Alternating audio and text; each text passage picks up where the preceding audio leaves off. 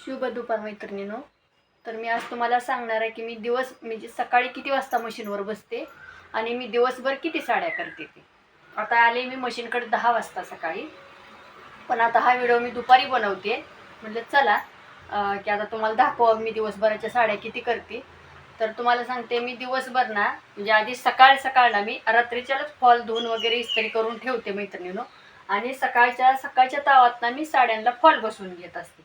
सकाळी मी कमीत कमी एक वाजेपर्यंत मी 5 साड्या पिको फॉल करते मैत्रिणींनो. मी एका साडीला 70 रुपये घेते. मग तुम्ही अंदाज लावा, 5 साड्या मी पिको फॉल करते आणि माझं दुपारी 1 वाजेपर्यंत 5 साड्या पिको फॉल होत्यात. 5 बी होत्यात, कधी 6 बी होत्यात. आणि राहिली दुसरी गोष्ट, मी 1 वाजता 1 सव्वा 1ला मी जेवण करते. जेवण केल्यावर 5-10 मिनटं इकडं तिकडं करते. थोडेसे बाहेर कपडे वगैरे वाळू घातलेले असते, ते आत बाहेर आणणं ठेवणं ते. आणि नंतर मी एक परत पिको फॉल साडी करते. आणि साधे गोंडे असेल तर ती साडी मी कंप्लीट करते, आणि जर जाळीचे गोंडे असेल तर पिको फॉल जाळी बसवून घेते.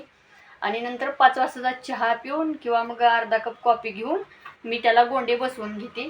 तर मी त्या जाळीच्या गोंड्याला 350 रुपये घेते मैत्रिणींनो.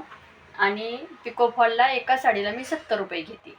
म्हणजे जवळजवळ माझ्या 6 ते 7 साड्या पिको फॉल होतात आणि एक गोंड्याची साडी मी कंप्लीट करते. दिवसभराचं काम माझं तेवढं असते मैत्रिणींनो.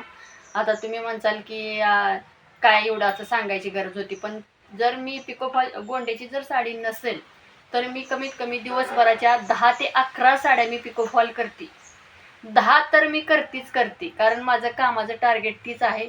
10 साड्या कंप्लीट झाल्याशिवाय मी संध्याकाळी झोपत नाही. जरी त्यात एखादी करायची राहिली ना मैत्रिणींनो, तर मी संध्याकाळी जेवण वगैरे सगळं झाल्यावर झोपायच्या टायमिंगला मी एक साडी हातरून वगैरे सगळं टाकून नंतर मी एक साडी फॉल बसवून हातशिलाई करते आणि 10 साड्या मी कंप्लीट करते. आता तुम्ही म्हणसाल की मला एवढं काम येतं का? तर हो, येतं.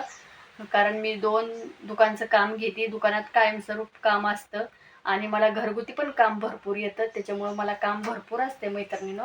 आता मी सकाळी केलेत 3-4 साड्या, तरी पण आता मी म्हटलं चला एक छोटासा व्हिडिओ पण बनवावा की मी तुम्हाला दिवसभराचं किती काम करते ते सांगते. आणि तुम्हाला सांगते, 70 रुपये जर साडी म्हटलं तर 20 रुपयाचा फॉल सोडला तर तुम्हाला माहिती आहे की एका साडीमागे मला किती पैसे राहतात ते. तर मी दिवसभराच्या 10 साड्या केल्या तर मला किती पैसे राहतात. आणि गोंड्याला मी 350 रुपये घेते. तर मला तुम्ही ओळखून घ्या. आता मी आकडा नाही सांगू शकत, कारण कसं आहे, जी माझी गिऱ्हाईक आहे ना ते जर बघितलं तर ते म्हणतील बाबा एवढं सामान लागतं, मग ह्या एवढं कसं काय पैसे घेतात.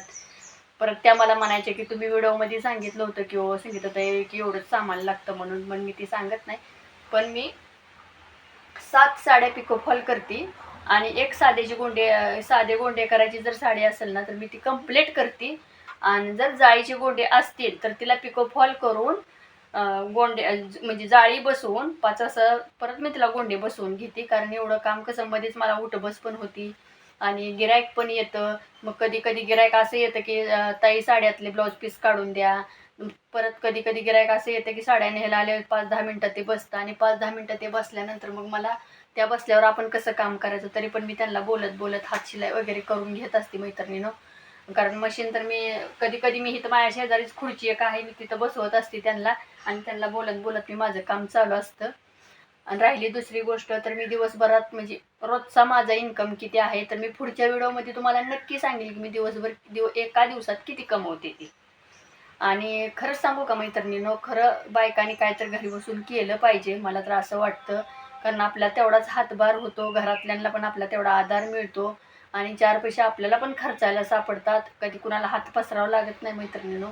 म्हणजे मी तर ह्या मताचे आहे. मग तुम्हाला कसं वाटतं काय माहिती.